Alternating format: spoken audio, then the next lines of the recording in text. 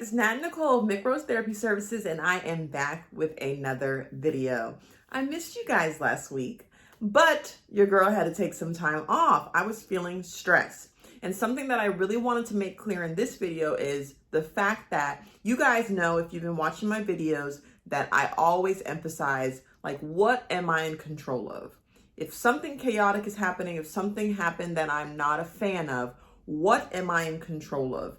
That is the part you focus on and make changes to. So last week I was feeling extremely stressed and I was not in control of a lot of things, but what I was in control of was filming. So I chose to take the time off because I, for one, do not want to be a hypocrite. And what I want you guys to know is what I try to teach and share with you is something that I do. I was not in my best mood and I was not about to get on camera and fake the phone. So with that being said, now I'm feeling more optimistic. I'm feeling a lot better and I'm happy to be filming. So hopefully you guys understand where I'm coming from and hopefully you guys are listening to what I'm saying.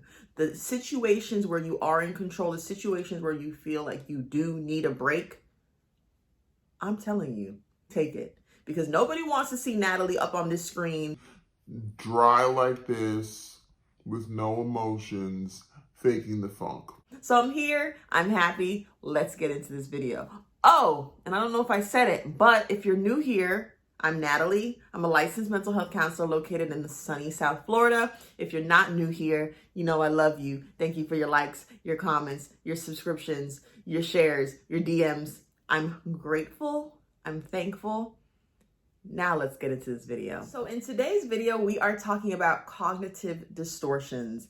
And if you're not familiar, well, good thing you clicked on this video because we're gonna learn today. So the term cognitive distortions was brought about by a man named Aaron Beck. So Aaron Beck was a psychologist who had patients. And what he chose to do was look at some of his patients who were dealing with anxiety or depression at that time. Hey guys, it's me from the future, past, whatever. So this is a DSM-5, and why I put this in there is because in the previous clip I said at that time, and I just wanted to make it clear that the reason why I said that was because obviously what individual needed to be experiencing to be diagnosed with anxiety or depression then is definitely different now in 2020. Let's get back into the video. He was looking at the thought patterns of these people and really trying to figure out what is going on. So what exactly is a cognitive distortion? Cognitive distortions is kind of like a way of thinking that often leads people to view things in an inaccurate lens or a negative lens. So throughout our lives, we develop cognitive distortions sort of through how we've coped with maybe adverse situations that has happened to us. So pretty much the way we develop cognitive distortions is through life events, life happenings. But for some of us, when something happens, we latch onto it a bit more strongly than others. And that's where cognitive distortions come into play throughout our life, because we then start thinking that because maybe one time our cognitive distortion was proven to be true, we now think it's going to continue to be like that. So like I was saying, most people do experience cognitive distortions at some point in their life, maybe sometime during their day. But the issue is when the cognitive distortion continues to be proven to be true, then we start thinking like that more often than not. So now that we hopefully know what cognitive distortions are, let's get into some of them, shall we?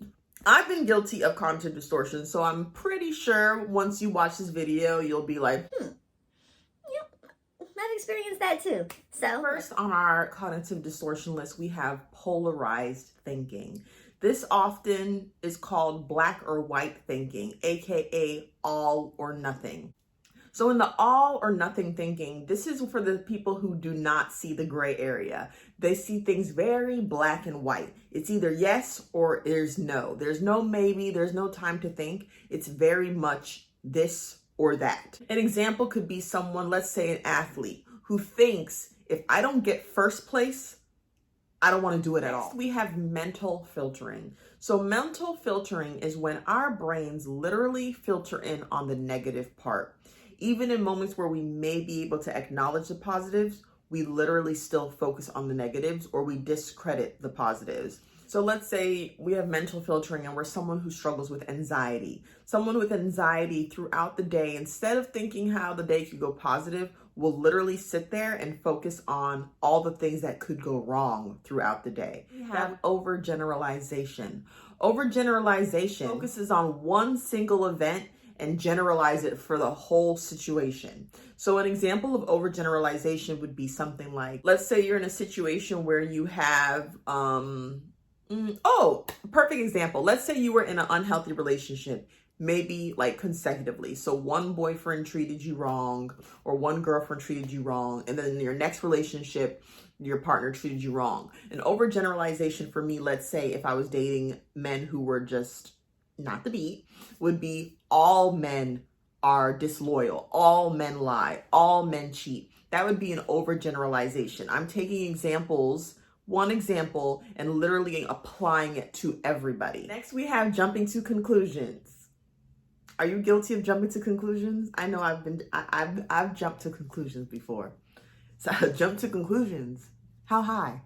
But anyway, so jumping to conclusions is pretty much without finding out the information, making your own information for yourself. Without like gathering research, you already know the answer without even talking to the person. Jumping to conclusion is like fortune telling. Like without gathering information, asking questions, doing any of the work, we're just gonna come up with our own conclusion and ride with it. Next, we have catastrophizing.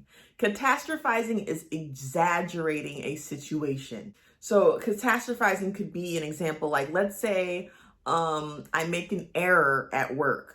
Me catastrophizing will be like, oh my gosh, I made an error at work. My boss is gonna find out. I'm gonna get fired. This is how they think I'm gonna work all the time. I'm gonna lose my job. And really thinking that the worst is gonna happen based off of one thing. Oh my gosh.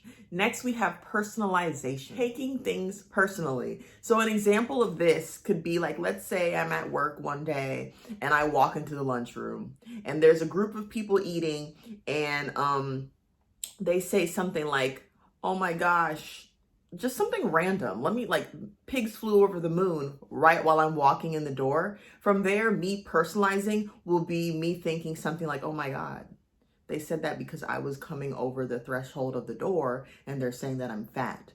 Personalization would be really taking something and taking it personally, although it may have nothing to do with you. I'm sorry to say it. You might not be that important. Personalization is feeling like you have been targeted or you have been completely excluded, when that's probably maybe the furthest thing from the truth. Cognitive distortion also is always needing to be right. Oh my gosh. I don't know if you guys know people who always need to be right, but what I will say is what I've said in another video is what is the most successful humans are ones that remain teachable even when deemed an expert from the outside. But people who always have to be right, sometimes that can be cognitive distortion. That can lead people to not want to be around you, lead people to not want to engage with you. It is okay to be wrong. We are humans. We all make mistakes. What? Yes, we all make mistakes. So a cognitive distortion is the idea that I need to be right.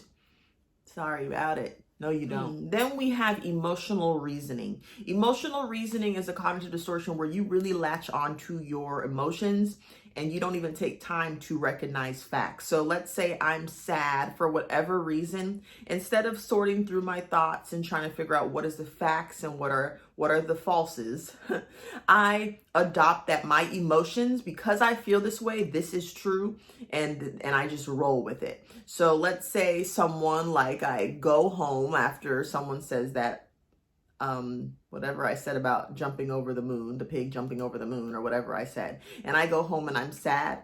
I'm sad and I don't care about any facts. I don't care about anything. I'm sitting in my emotions. And because I'm sad, it is true. When that is not true, feelings are not facts. Are your feelings valid? Absolutely. But they are not facts. So in a situation like that, I'm just latching onto my emotions because I felt sad, because I felt angered, because I feel it's true. My mind tells me it is, when that is not true at all. And last, but definitely not least, and actually not the last in the world, there's actually a lot of cognitive distortions, but I'm sure you guys want to enjoy your day.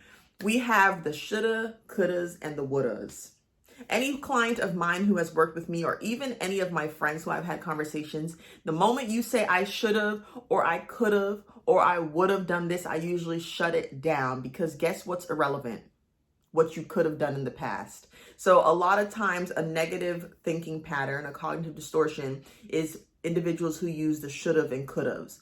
Should have and could haves cause you to stay in a miserable state because you're continuously thinking about what could have been different, what could be different. But hey, I'm here to let you know that you could do that all day, you can, but you will be wasting time, because I don't know if you guys know about some type of time machine. I haven't. Only time machine I know about is in that book that we all had to read in like elementary school. But there are no time machines. So sitting there talking about the shoulda, the coulda, the wouldas, telling someone, well, you could have done this or you should have done this, you're wasting your time. That's the simplest way I can tell you. What we have is now. And so hopefully you are now aware and we can change it up. So guys, I hope you guys enjoyed that video. I hope you guys enjoyed some insight into some of the cognitive distortions. Something that is a lot easier said than done is, saying, oh yeah, I do have cognitive distortions. I do use them often. My brain loves to see things negatively, but it's a lot more difficult to challenge them, to change them. And that's where, oh my God, that's where what? That's where a therapist comes into play. Therapists help you sort through your thoughts, especially therapists who focus on CBT, cognitive behavioral therapy. That's me. So if you have trouble, if any of these cognitive distortions are something that you experience and you have trouble, seek a therapist. Even if it's just one session. Oh my God, what? Only one session. You do not have to commit to a lifelong therapy session, but just one session to just sort of help you break down your thoughts could be very beneficial. Journal prompt. Are any of these cognitive distortions something that you're familiar with? If so, which ones are they? And how are you doing with challenging them? If you guys are interested in a video on how to maybe challenge some of these cognitive distortions, you can let me know. But that's all I have for you. So thank you guys so much for watching this video. Please like, comment, and subscribe, and I will see you in my next one. Bye. You guys, I'm gonna be transparent with you. My little camera situation keeps sliding. So if I start right here and by the end of the video it's right here, just know that I kept it real and mama needs a new situation. But sorry about it. Let's get into the video. So this is an example of the camera moving. Look at the top of my head.